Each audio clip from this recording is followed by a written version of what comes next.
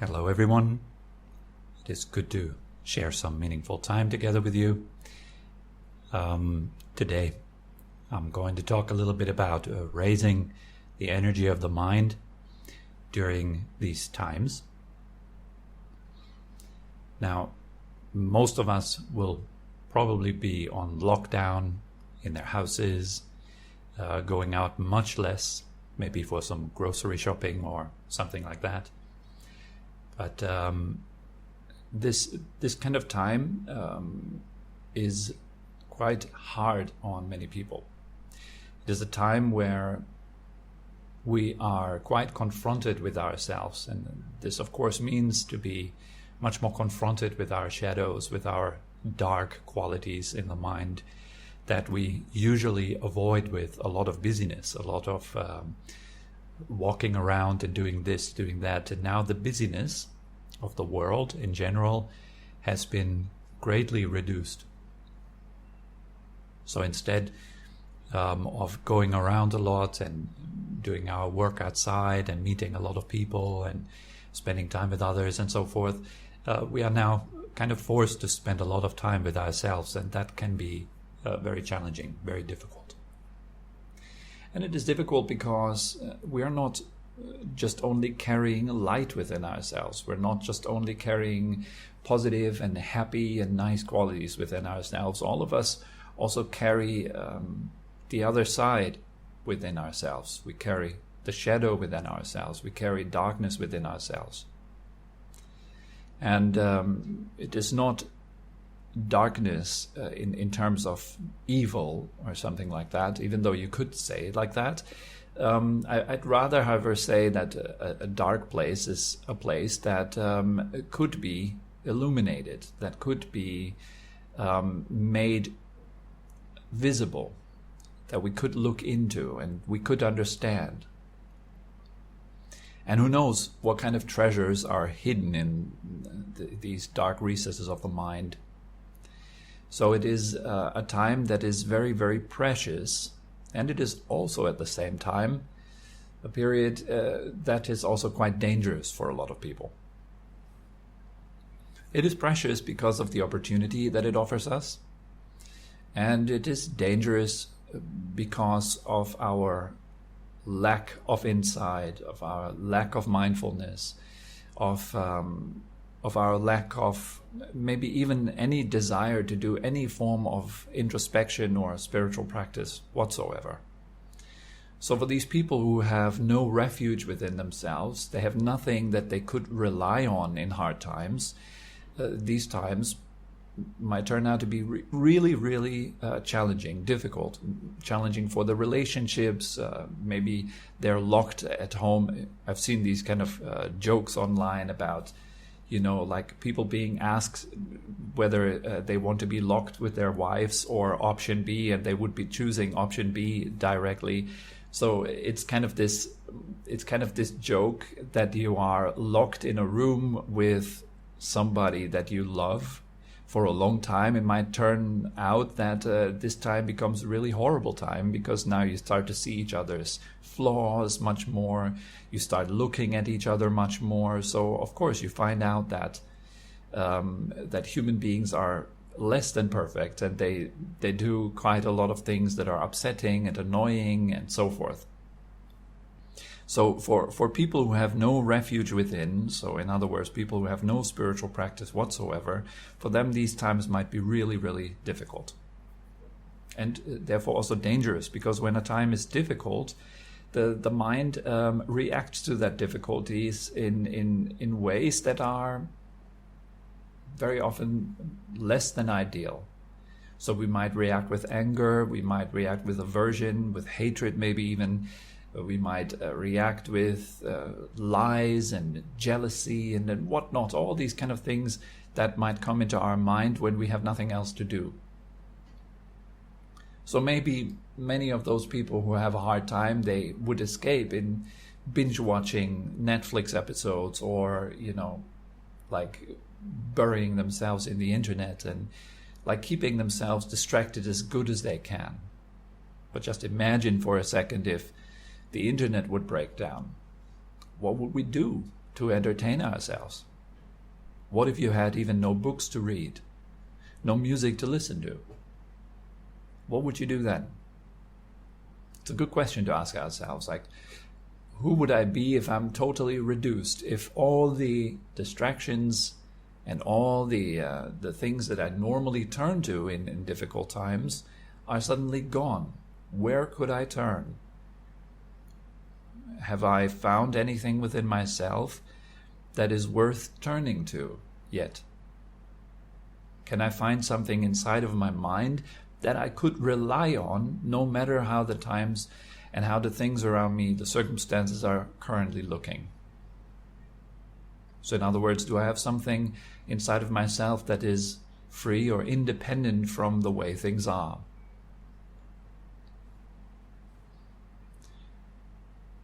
And here we come back to the opportunity. So the opportunity is in these times that it is more easy, due to less distractions and due to less busyness, it is more easy actually to make progress with your meditation practice and to actually find something within yourself that will carry you through hard times, that will offer you something that is truly reliable and nice, happy, and so forth. So you can find happiness within yourself. You can let go of suffering within yourself during these times. Now, if you look at yourself and how you spend your days, how is that currently? You in lockdown, waking up in the morning, what do you do first? How do you spend your time in the morning up to lunch? And how do you spend your time in the afternoon, all the way into the evening? Or what do you do in the evening? What's the last thing you do before you fall asleep? How do you spend your time? And what does that time produce? I mean, what's the result of your use of your time? Where does that get you? What are you currently getting better in? So I've heard, for example, from a lot of people that they would consume copious amounts of news on the COVID situation. So they would go online and read news articles, watch videos, and kind of bury themselves in these endless news, often very conflicting news. So there's one side that says COVID is a hoax, it's fake, it's actually kind of some sort of hidden plan of the government and whatnot. And then there are the others that say, well, COVID is a real threat and we need to all run and hide and never go out. And so these two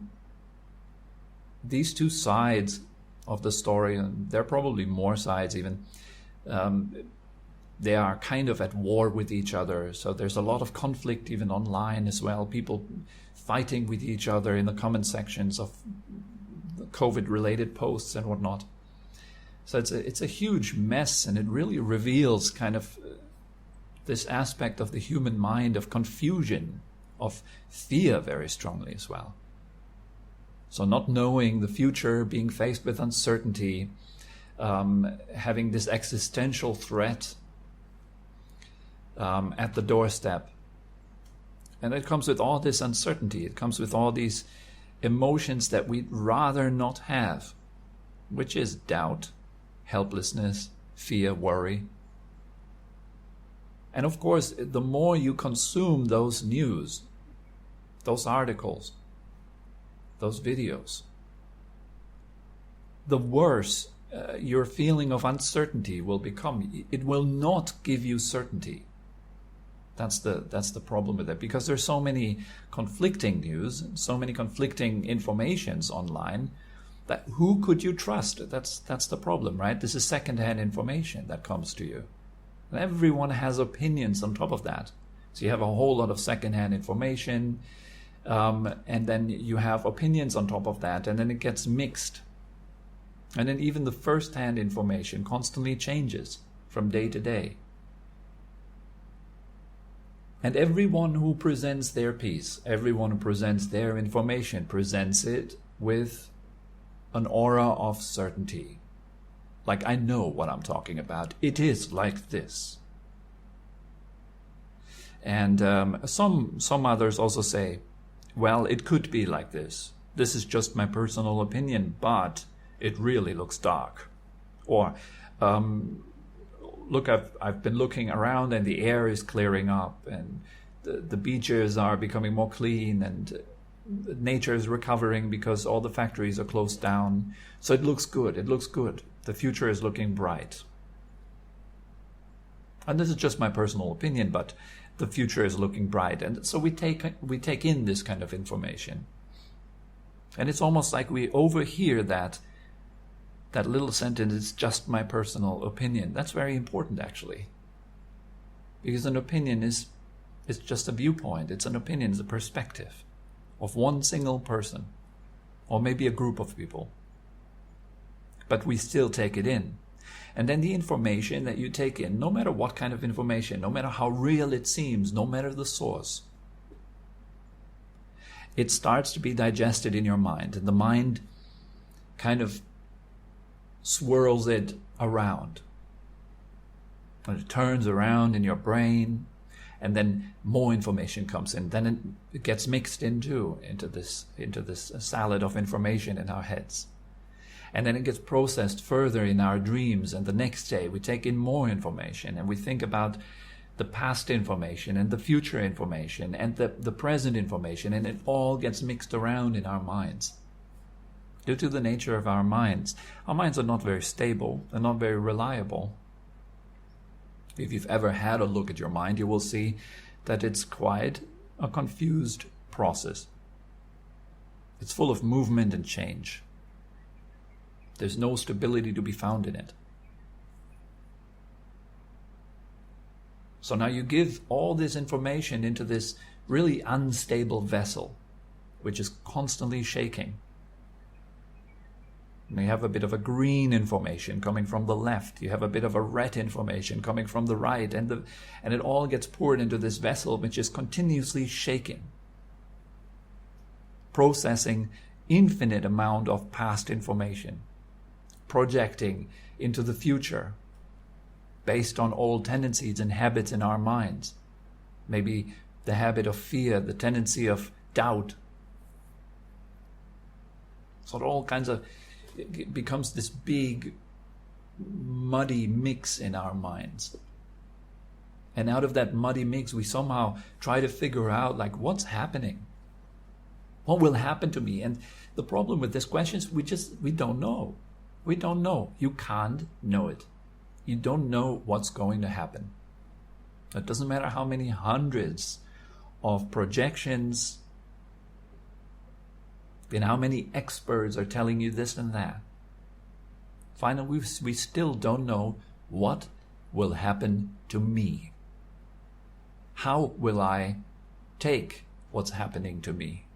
Will I be able to handle it, or will I be overwhelmed?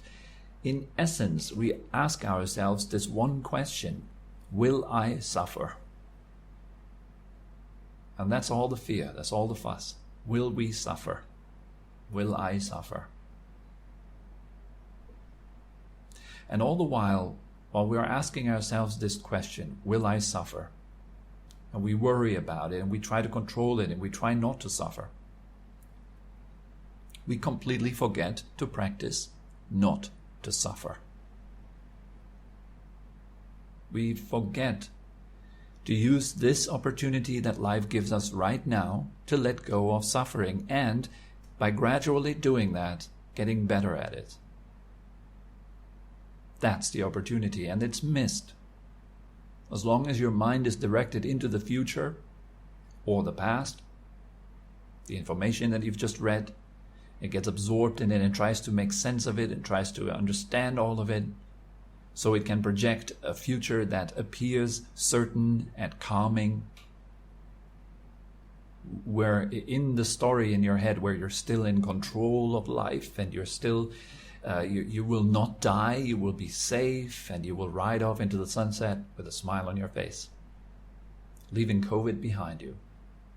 How can I make that happen? How can I continue to exist? The fundamental question of the mind. How can I continue to exist? How can I continue to be in control? How can I continue holding on to all those things that appear to give me happiness? I want to be in charge. How can I make sure that this is continuing to be the case?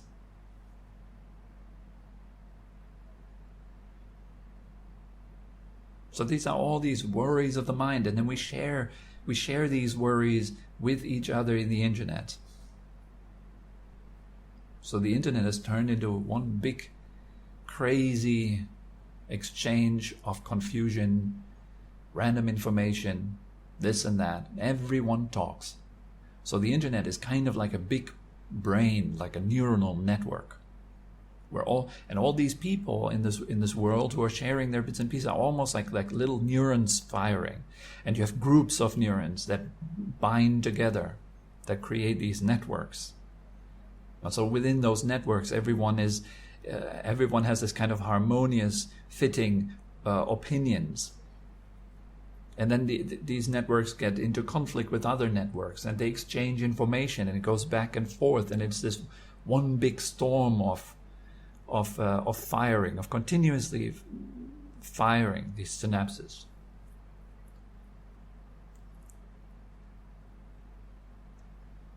Constant, crazy, chaotic exchange of information. Everyone tries to make some sense of it. But we all have only our very limited, tiny, small perspective of our own minds. We can't see the bigger picture. It's impossible like that.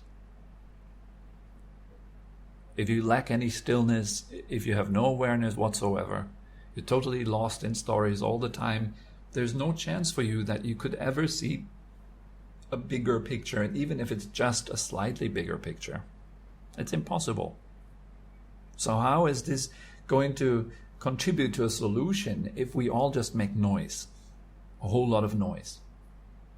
Look, the world has shut down basically at the moment, and is continuing to shut down. And so we could make something out of this time. And what would be the most meaningful thing for you that you could make out of this time? Ask yourself, if this was your last day today, actually, just really get into that feeling. I know it's unpleasant to truly contemplate that, particularly for people who really live in the future or are constantly consumed with the future. For them, there's a whole lot of future apparently left, and now suddenly it's cut off by this suggestion. No more future. That's it. Today, that's it. You come to the night, and then you will pass away, you will die. You won't open your eyes again in the morning. So how would you spend your day today? What would be a priority? What would be important for you then?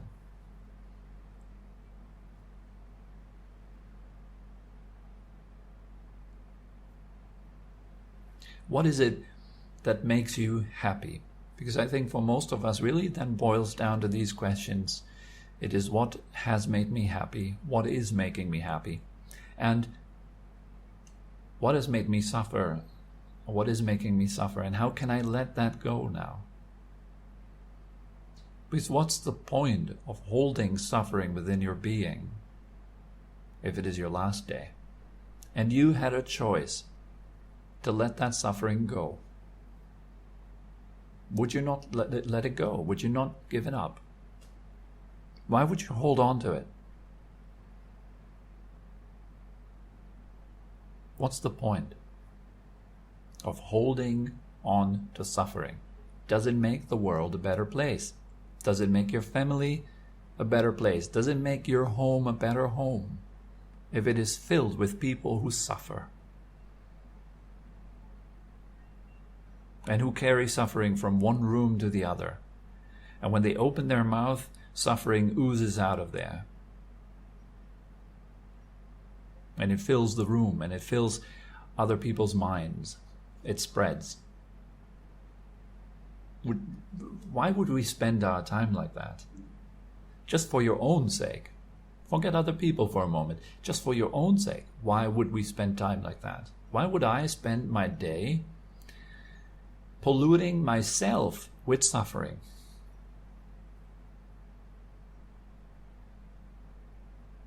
And this question, if it is my last day, it kind of really points that out nicely. It puts that into the spotlight.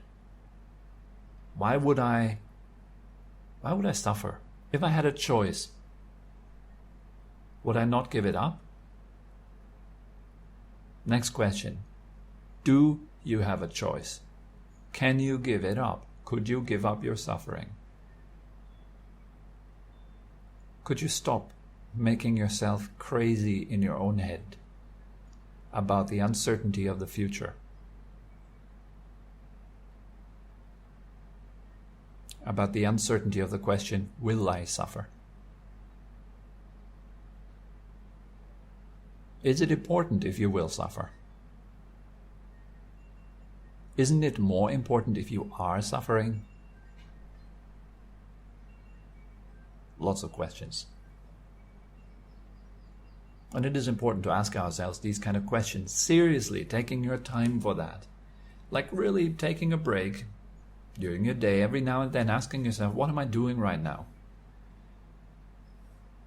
Is this useful? Does it benefit myself? Does it keep me in a calm, happy, relaxed state? Which is, by the way, ideal for your immune system. If you want to boost your immune system, worst thing you can do, it is injecting fear into your body and mind. That's the worst thing you could currently do. Suppose there is a very dangerous virus going around in this world right now. The worst thing we could do, it is making ourselves weak by injecting fear, doubt, confusion, restlessness into our minds and bodies. And I know it's difficult because we're so used to projecting ourselves into the future mentally. And the virus is a threat to that. It kind of puts an end to this. You can't project yourself anymore into the future. That's what all this confusion is about. Everyone tries vaguely to project a future right now. Like, what's this all about? Why would we do this? Constantly, like, projecting some sort of what might happen, what could happen. Why don't we look at what is happening? Right now in this moment, what's happening with your mind? Is it healthy? Is it at ease? Do you feel good? If not, why not? Could you do something about the why? Could you let go of hurting yourself here and now? Just making a small step, making it a bit better. Given that we don't know the future, just think, I will die. I will lose everything I love. I will get ill. I will get old. Older every minute, every day. That's just simple facts. They are not depressing. They are not bad. They are not dark. They're simply truth. I will die. There's nothing I can do about it. The time of death is uncertain. Also, there's nothing I can do about it. How I will die, I don't know either. I'm totally in darkness concerning knowing my future. I don't know. But only thing I know is I will die. And I will lose everything that means something to me right now. There's nothing I can do about this. But right now there's something that I can do. But I can get better at letting go of hurting myself, of suffering, because of that fact. I don't have to suffer it. I don't have to worry about it. This is going to happen to me whether I worry or not. Whether I'm scared or not, I'm still going to die, like all of us. Worrying, suffering, fear doesn't improve it. It doesn't make it better. It just makes the way unbearable. If I saw you walking on a path, and I saw you walking in shoes that are way too small, and I would offer you better shoes that are your size, wouldn't you take them? So why walk the path of your life in tiny shoes with the illusion that it's nice to take them off at the end? We're all heading towards happiness. We're trying to make the future happy. It's like a person with tiny shoes walking on a path just for the sole reason because it's nice taking them off at the end of the path. It's nice taking those shoes off. I'm knocking myself out with hard work day in and day out every day so that I can enjoy my retirement. It's absurd. We are working in a way that projects joy and happiness into the future, and now it's threatened. The virus is there. The big bad virus. And it will take away your happiness that you are walking towards. That's the illusion. That's why we're all scared. But your happiness is not there. It's not over there. It's not in the future. It's not distant from you. It is very close. And all you need to do to get there, it is stop. Stop.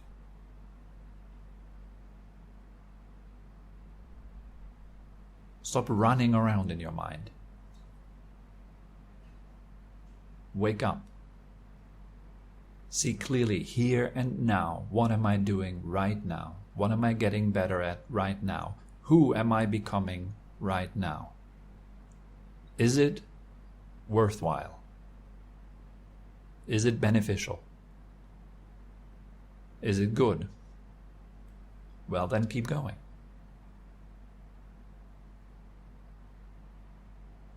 But if you're only getting better at fear, confusion, worry, and running away and distraction, is that really worthwhile? You gotta ask yourself that.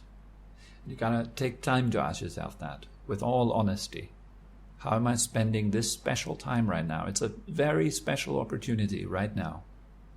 I don't see this time of lockdown at all, at the situation of this virus at all as some form of bad event.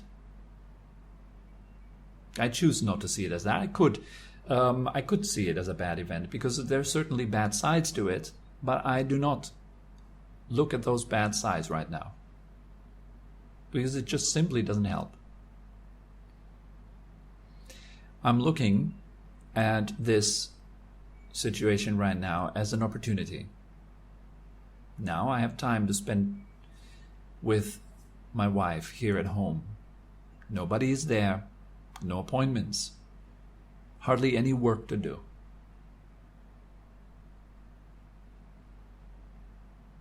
And the future is uncertain. It's always been uncertain. Who knows what's going to happen? But here I am right now. And I ask myself if this is my last day. And I'm spending it here in my home. How would I like to spend it? What would I want to get better at every day? Or here and now? Isn't it kindness? Isn't it release? Inside. Understanding myself.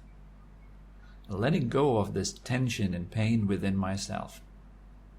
Why would I keep carrying it around?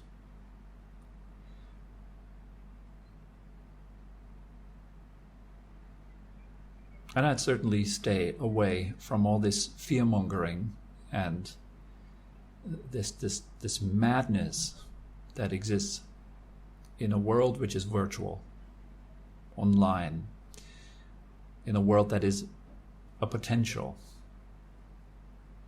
just like our head, like our neuronal networks. It's full of potentials. Depends which one we're acting out. But I'd rather stay here with truth, with what is real, here and now. So this is, I think, enough for today. This is all that comes to mind. I hope it is of some benefit to you and maybe your loved ones through you. I wish all of you a wonderful time in quarantine or in lockdown, wherever you are right now. Make the best out of it just simply because you can. Let go of your pain, your suffering. Let go of dwelling on what's uncertain and come to what's certain, what's real, what's reliable. Okay, so I'm sending all of you much love and warmth and wish you a wonderful weekend. Bye-bye.